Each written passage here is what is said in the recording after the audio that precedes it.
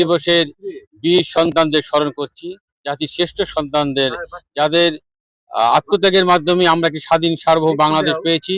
তাদের স্মরণে আগামী 16ই ডিসেম্বর আমাদের যে নিরাপত্তা রয়েছে, সেই নিরাপত্তা রক্ষার জন্য আমাদের যা যা করণীয় আমরা সব ব্যবস্থাই নিয়েছি।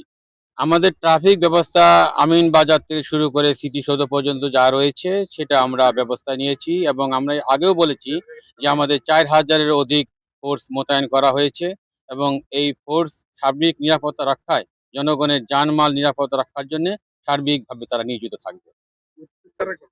জনগণের শান্তি শৃঙ্খলা রক্ষার জন্য আমাদের যা যা করণীয় আমরা সব ব্যবস্থা নিয়েছি।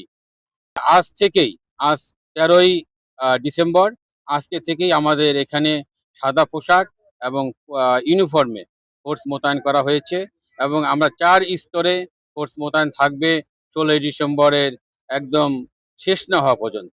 জনগণের শান্তি শৃঙ্খলা রক্ষার জন্য আমাদের ফোর্স, জনগণ যতক্ষণ থাকবেন তাদের শান্তি শৃঙ্খলা রক্ষার জন্য ফোর্স ততক্ষণই মোতায়েন থাকবে।